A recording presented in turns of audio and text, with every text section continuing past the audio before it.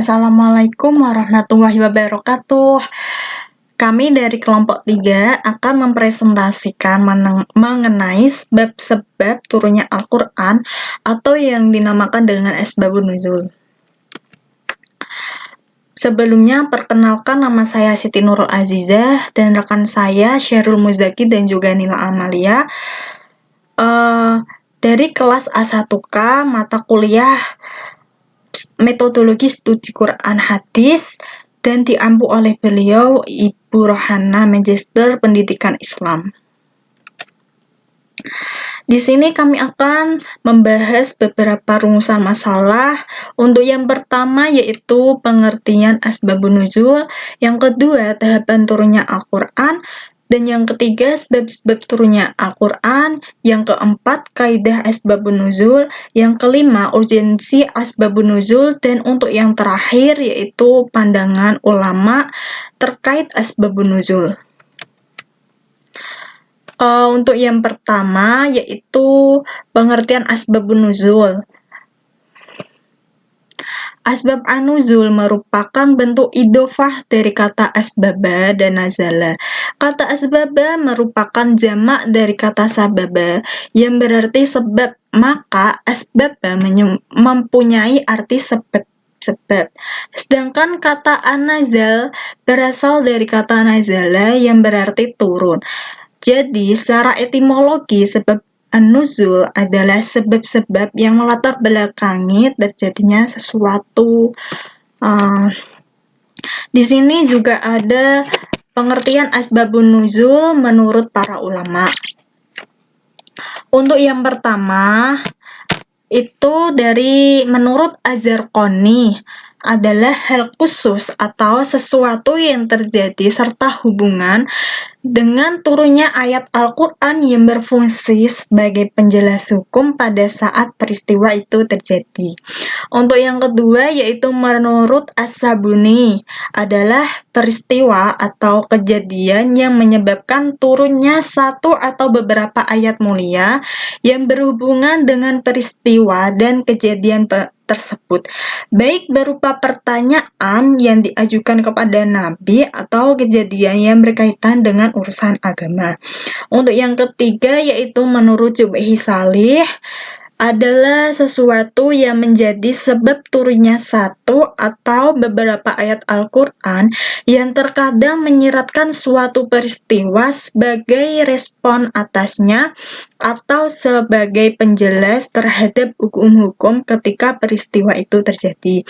Dan untuk yang terakhir ini menurut Mana Al-Qotan, yaitu peristiwa yang menyebabkan turunnya Al-Quran berkenanan dengannya waktu peristiwa itu terjadi, baik berupa satu kejadian atau berupa pertanyaan yang diajukan kepada Nabi. Nah, jadi Al-Quran itu turun untuk memberi kejelasan dan petunjuk atas peristiwa atau masalah yang muncul, yaitu sebagai pedoman hidup manusia. Nah, langkah yang harus ditempuh untuk melihat sebab turunnya setiap ayat agar memperoleh kejelasan, yaitu mengetahui makna dan tafsir setiap ayat. Seringkali penafsiran ayat tidak memberi kejelasan dikarenakan tidak melihat sebab-sebab turunnya ayat. Sebab-sebab turunnya surat mempunyai penjelasan untuk menyempurnakan pemahaman akan makna ayat. Mungkin itu pengertian dari Asbabun Nuzul. Untuk materi selanjutnya akan dijelaskan oleh rekan saya, Syahrul Muzaki dan juga Nila Amalia. Terima kasih. Assalamualaikum warahmatullahi wabarakatuh. Perkenalkan, nama saya Syahrul Muzaki, NEM 2040210014. Di sini saya akan menerangkan tentang tahapan turunnya Al-Quran. Tahapan turunnya Al-Quran dibagi menjadi 3. Yang pertama, pada tahap pertama ini Allah menurunkan Al-Quran ke Lauhul Mahfudz. Sebagian ulama berpendapat bahwa wujud Al-Quran di Lauhul Mahfudz adalah berupa hafalan malaikat.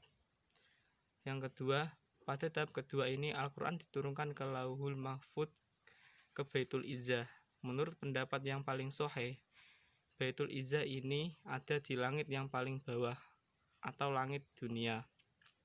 Ketiga, pada tahap ini Al-Quran diturunkan langsung pada Nabi Muhammad SAW melalui perantara malaikat Jibril atau Jabroil, atau juga sering disebut dengan nama Ruhul Amin. Turunnya Al-Quran pada Nabi Muhammad terjadi selama 23 tahun atau tepatnya 22 tahun, 2 bulan, 22 hari. Hal ini terjadi di Mekah selama 12 tahun, 5 bulan, 13 hari, sedangkan di Madinah turun dengan masa 9 tahun, 9 bulan, 9 hari. Kedua, sebab-sebab turunnya Al-Quran.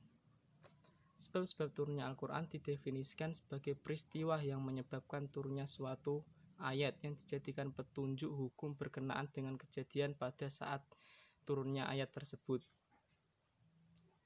Definisi ini menjadikan ayat Al-Quran dibagi ke dalam dua keadaan, yaitu ayat yang memiliki sebab turun dan ayat lain yang tidak memiliki sebab turun.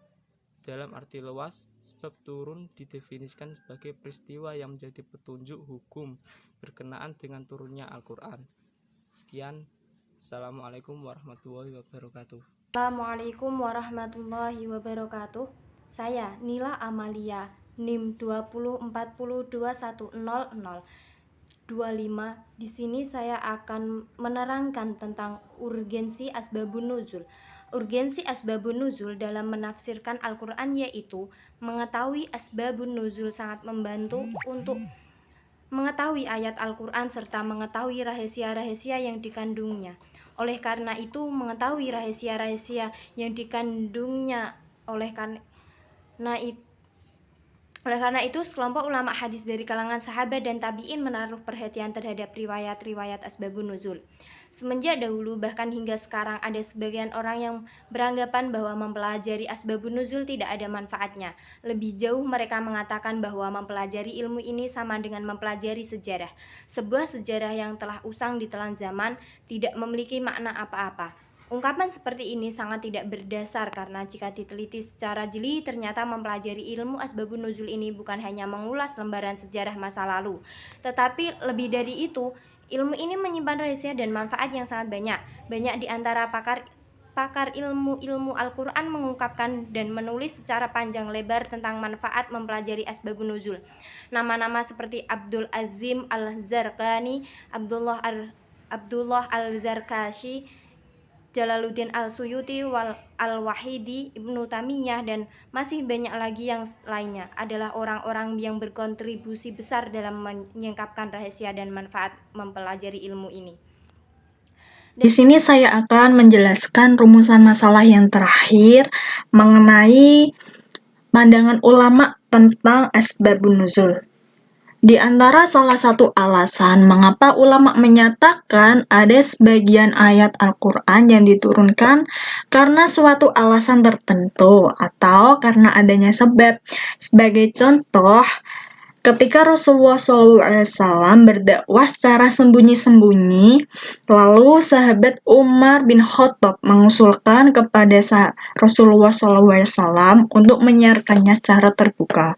Kemudian Allah menurunkan surat Al-Mudaththir yang artinya berselimut pada ayat 74 kepada Rasulullah SAW, yang artinya, "Hai orang-orang yang berselimut, bangunlah dan berilah peringatan, dan Tuhanmu agungkanlah, dan pakaianmu bersihkanlah, dan perbuatan dosa tinggalkanlah."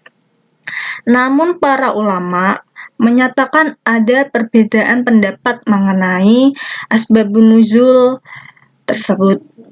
Adapun asbabun nuzul menurut Syu'bi as-Salih yaitu sesuatu yang dengan sebabnya lah turun suatu ayat atau beberapa ayat yang mengandung sebab itu, atau memberi jawaban tentang sebab tersebut, atau menerangkannya hukumnya pada masa terjadinya peristiwa itu.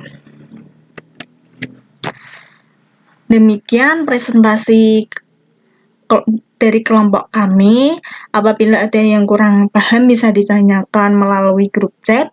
Dan apabila ada kesalahan yang disengaja maupun tidak disengaja, mohon dimaafkan. Wabil taufik wal hidayah. Wassalamualaikum warahmatullahi wabarakatuh.